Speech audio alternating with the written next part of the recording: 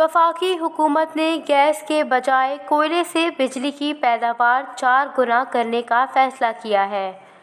غیر ملکی زرعی مبادلہ کی کمی کے بحران کو دور کرنے کے لیے پاکستان بجلی بنانے کی لاگت کم کرنے کے لیے مقامی کوئلے کی صلاحیت میں 4 گنا اضافہ کرنے کا ارادہ رکھتا ہے اور آئندہ آنے والے برسوں میں گیس سے چلنے والے بجلی گھر نہیں لگائے گا۔ وزیر توانائی خرم دستگیر نے برطانوی خبر رساں ادارے کو انٹرویو دیتے ہوئے کہا کہ ملک میں بجلی کی مجموعی پیداوار کا 1/3 حصہ قدرتی گیس سے بنتا ہے، جس کی قلت کی وجہ سے گزشتہ برس بڑے علاقے کئی گھنٹوں کی تاریکی میں ڈوب گئے تھے۔